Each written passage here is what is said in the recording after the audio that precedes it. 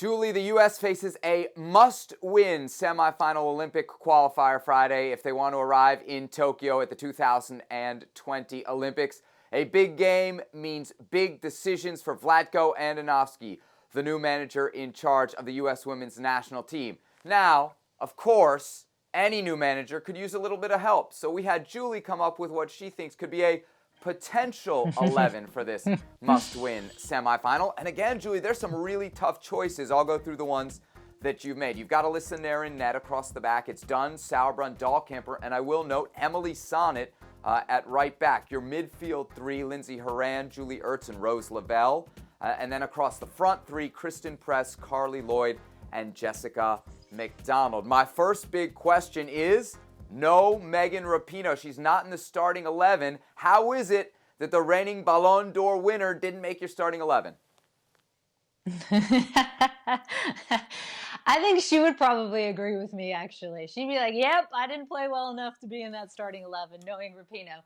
I mean, she's been coming off injury. She hasn't been playing for months. And so she looked rusty, and I think that's to be expected. And even against the level of competition, you know, where they're blowing teams out 8-0 against Panama, she wasn't as we've seen her in the past. So she's coming back from injury, and I think is going to need a little bit more time. Tobin Heath, who also is coming back from injury, I thought looked better than Rapinoe, but I still think she's not there either. So I think obviously you reward Press. I mean, we've seen what she can do in this tournament with scoring goals.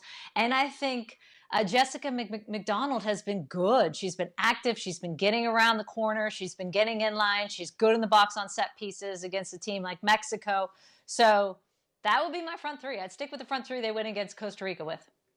All right, let's focus in on the midfield. One of the big, tough choices for Jill Ellis during the last World Cup was Lindsay Horan or Sam Mewis. Sam Mewis ended up playing in the World Cup final and getting that very critical start, but it was Lindsay Horan earlier in the tournament. In this choice, Julie, you settled on Lindsay Horan. Why?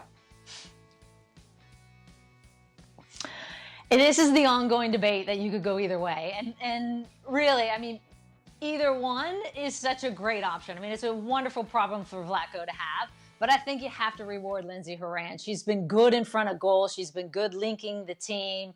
She has looked sharper than I've seen Lindsay Horan. She's been fighting through injury for the past year. And so I think this is a perfect opportunity to show what she's capable of. And she leads the team with 5 goals right now. So she's been really good in front of goal. So I think either way you can't lose, but I would go with Lindsay Horan.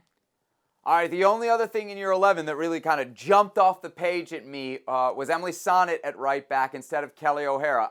Are you doing this just because Kelly O'Hara had that like one whiff in the second half against Costa Rica that has now gone viral? I did see that, and I felt such great sympathy for her because I've done that a million times myself.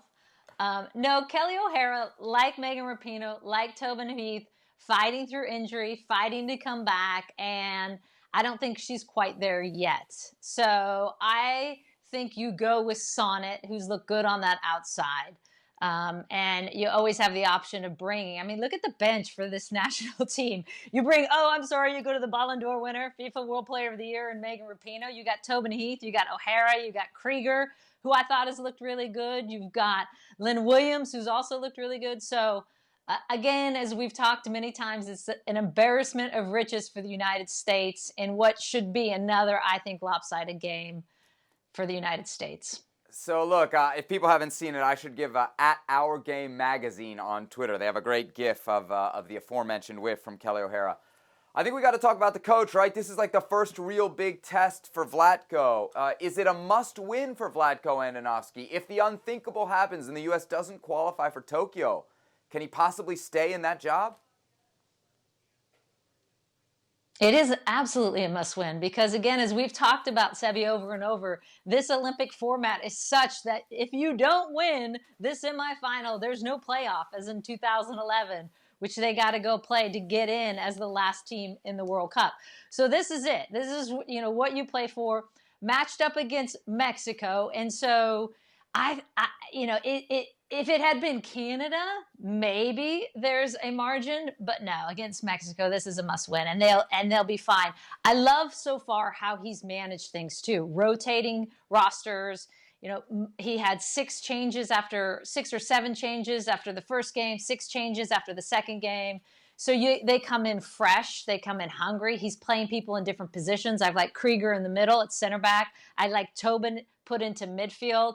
I like that he tried press in that high 9 position. So I like that he's mixing things up, even though he's staying with that same formation of 4-3-3. I know they may be hungry, but they're also untested, Julie. As I mentioned at the top of the segment, plus 18 goal differential in the group phase, 0 goals allowed. Is there any concern that this team might just not be ready for an elimination showdown with everything on the line? This tournament kind of demands that you flip that switch almost overnight. Sebi, come on. No. It's not in the DNA of the United States of America. They're ready. They know it. They know it's tonight. I mean, it's not tonight. They know it's the semifinal or nothing. So, no, I have no concerns. As I said from the very beginning, 0 chance that this U.S. team does not qualify. There you have it. Friday, February 7th, the U.S. with a chance to punch their ticket in the semifinal round to the 2020 Tokyo Olympics. Well, thank you very much for watching ESPN on YouTube. For more sports highlights and analysis, be sure to download the ESPN app. And for live streaming, premium content, and let's not forget as well, ESPN FC 7 days a week. Subscribe to ESPN+.